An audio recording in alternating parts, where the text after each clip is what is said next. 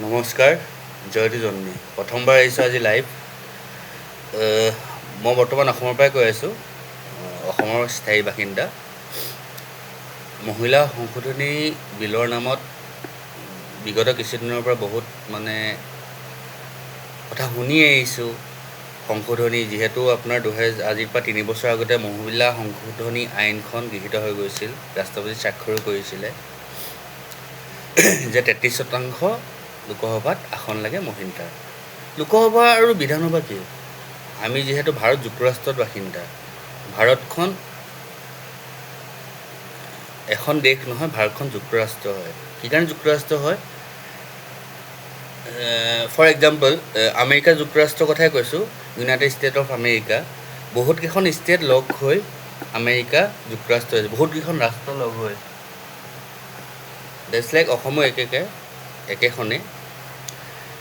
বিভিন্ন ৰাজ্য, ভাৰতখন এখন সাৰ্বভৌম ৰাষ্ট্ৰ।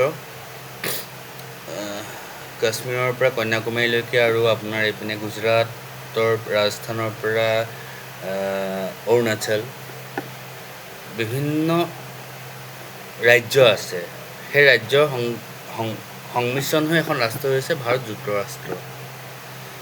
এতিয়া মহিলা সংশোধনী আইনৰ কাৰণে মই প্ৰথমতে বেলেগখিনি কথাই কৈছোঁ।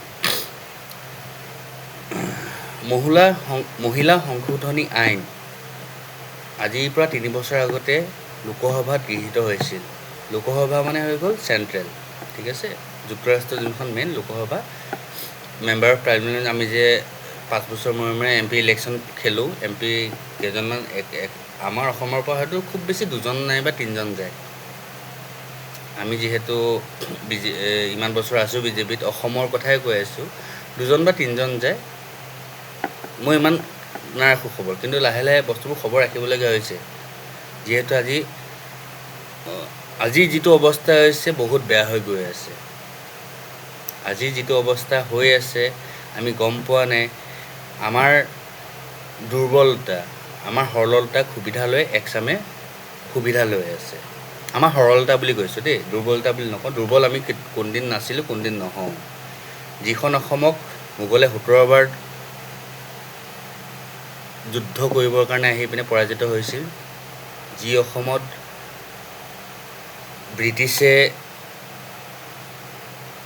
আহিব খোজা নাছিল নিজে, আমাৰ নিজৰে আচলতে কি, আমাৰ অসমীয়া মানুহবোৰৰ এটা দুখ আছে, আমি পৰৰ স্বাৰ্থতকৈ আত্মস্বাৰ্থত বেছি গুৰুত্ব দিওঁ।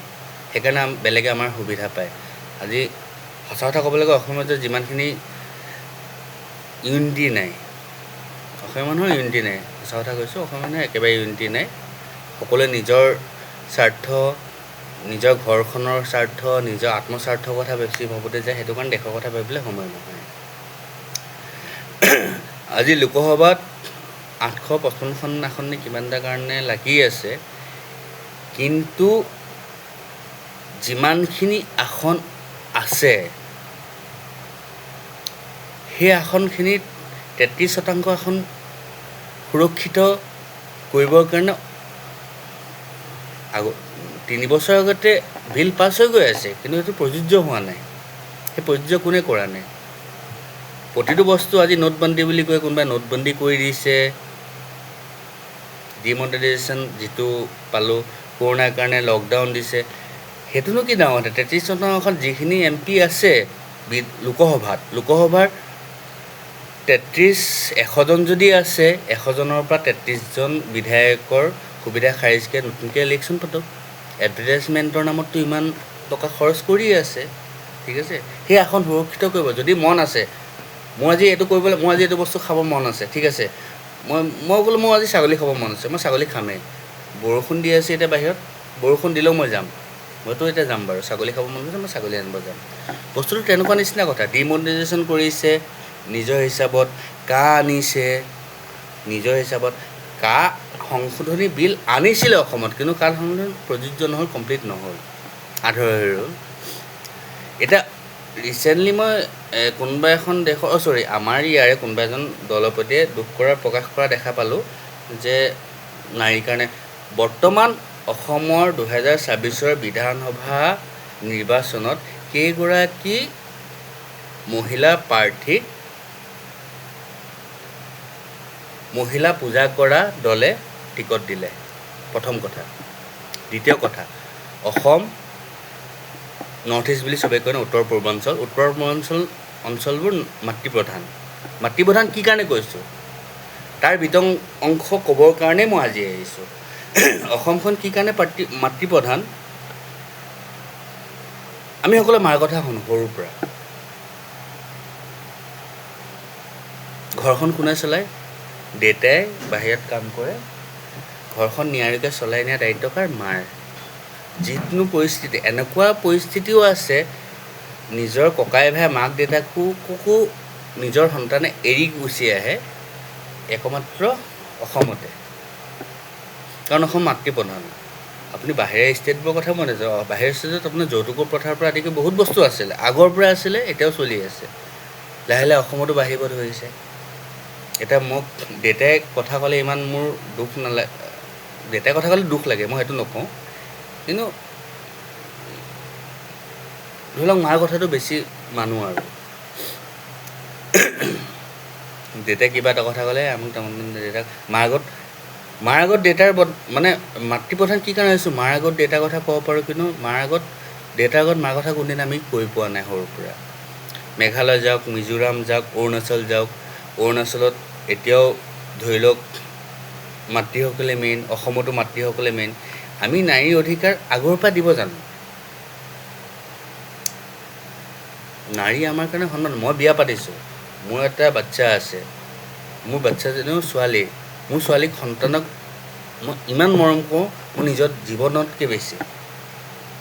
এইবোৰ নিজস্ব কথা বাৰু, কিন্তু কথা হ'ল কিছুমান বেবেৰিং বা কথাই ৰৈ বৰ্তমান সমাজৰ মানুহখিনিক বিপথে পৰিচালিত কৰি থকা হোৱা নাইনে?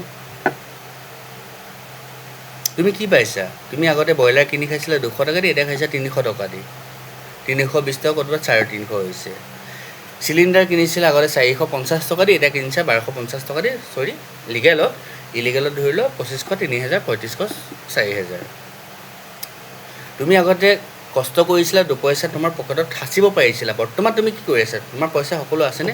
মধ্যবৰ্তী শ্ৰেণীৰ কাৰণে কৈছোঁ দেই, যিখিনি ধৰি লোৱা অলপমান আছে, যি হাই লেভেলটো থাকে, হাই লেভেল, মই হ'ল ল' লেভেলৰ মানুহ, মই এইটো মানে কৈ দিছোঁ। তুমি কষ্ট কৰিছা, তুমি ভাবা 2 পইচা ঘৰখনে ভালকৈ খাওক, 2 পইচা মই ভৱিষ্যতৰ কাৰণে ৰাখোঁ, 2 পইচা মই জমা কৰোঁ, মই মোৰ ঘৰৰ মানুহখিনিক যদি সুখত ৰাখিব পাৰোঁ। মাতৃপ্ৰধান বেয়া লাগে মানুহজনীৰ মুখলৈ চাই যে মানুহজনীক এইটো বস্তু পূৰণ কৰিব পৰা নাই, তাৰ কাৰণে দোষী মই নেকি? প্ৰতিটো বস্তু আজি মই যিমান টকা আয় কৰিছোঁ তাতকৈ বেছি হৈ আছে ব্যয়। আমি যিমান টকা মিডল ক্লাছ ফেমিলি মধ্যবিত্তক কৈ আছোঁ, আমি যিমান টকা আয় কৰি আছোঁ তাতকৈ বেছি ঘৰখনৰ কাৰণে কৰি আছোঁ ব্যয়। কি বিয়া পতাৰ অধিকাৰ মোৰ নাই নেকি? তোমাৰ নাই নেকি? আজি বিয়া পাতিবৰ কাৰণে তুমি 1000 বাৰ লাখ বাৰ চিন্তা কৰিবলগীয়া হয়, কিয়? তোমাৰ যোগ্যতা নাই নেকি? যোগ্যতা আছে, কিন্তু তোমাৰ সেই যোগ্যতাক নিৰূপণ কৰি পৰা কৰ্মসংস্থাপন অসমত নাই। তুমি কিয় নালাগে? অসমত উদ্যোগ কিয় নাই? চৰকাৰী উদ্যোগ কিয় নাই? চৰকাৰ কি কাৰণে? চৰকাৰ কোনে বাচে? চৰকাৰ বাচোঁ আমি।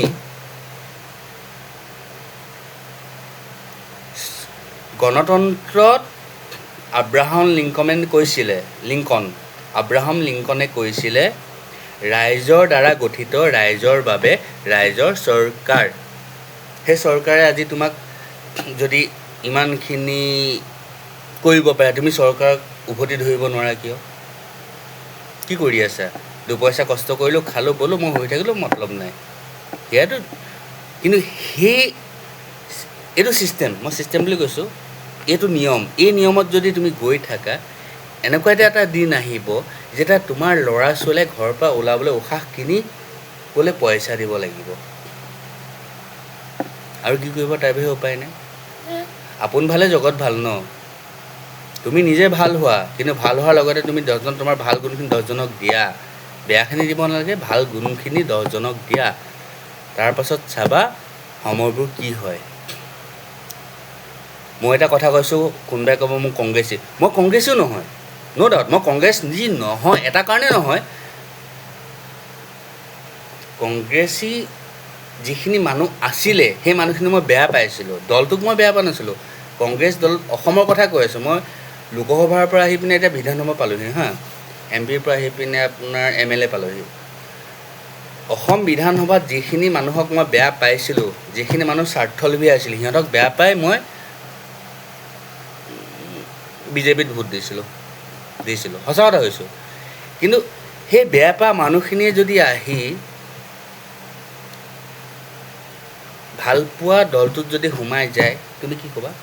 এটা কথা আছে, চোৰে নেৰে চোৰৰ প্ৰবৃত্তি, কুকুৰে নেৰে চাই, যাৰ যি প্ৰবৃত্তি মৰিলে লগত যায়। আজি মই এইখিনি কথা কৈছোঁ, এজন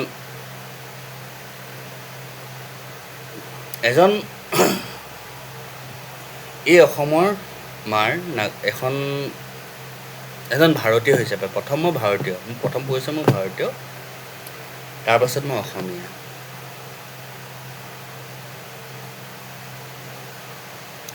যিহেতু অসমখন ভাৰত যুক্তৰাষ্ট্ৰৰ সন্মিলিত ৰাজ্য।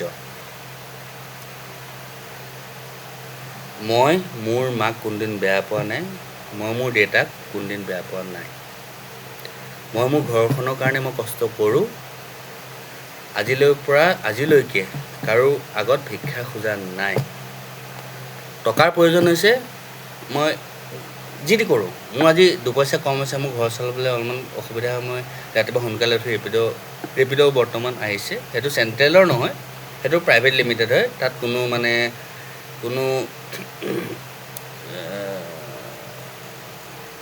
আপোনাৰ ৰাষ্ট্ৰই নাইবা নহয়, কোনো চৰকাৰে নিজস্বতা ল'ব নোৱাৰে, চৰকাৰে সিহঁতৰ পৰা টেক্স লৈ আছে, ঠিক আছে। মই ৰেপিড' চলাই আছোঁ, ফুড ডেলিভাৰী দিওঁ, আমুক কৰোঁ তামুক কৰোঁ, এনেকুৱা হৈছে মই হাজিৰাও কৰিছোঁ। তথাপিও মই ঘৰখন চলাই আছোঁ, মই ঘৰখন চলাই দিছোঁ কাৰণ মোৰ দায়িত্ব। কিন্তু সুখী নহয়, সুখী কোন নহয়, সুখী কিবোৰ হ'ব? আজি মই যিখিনি কষ্ট কৰিছোঁ, সেই কষ্টৰ তুলনাত মই যদি দুপইচা সাঁচিব পাৰোঁ, আজি ব্ৰইলাৰ মাংস কিনিবলৈ গ'লে আপোনাৰ 320 টকা দাম গুৱাহাটীত। মই সুধিলোঁ ইমান দাম কিয় হৈছে, নে কোনো নাজানে, যোনে গোটখা খায়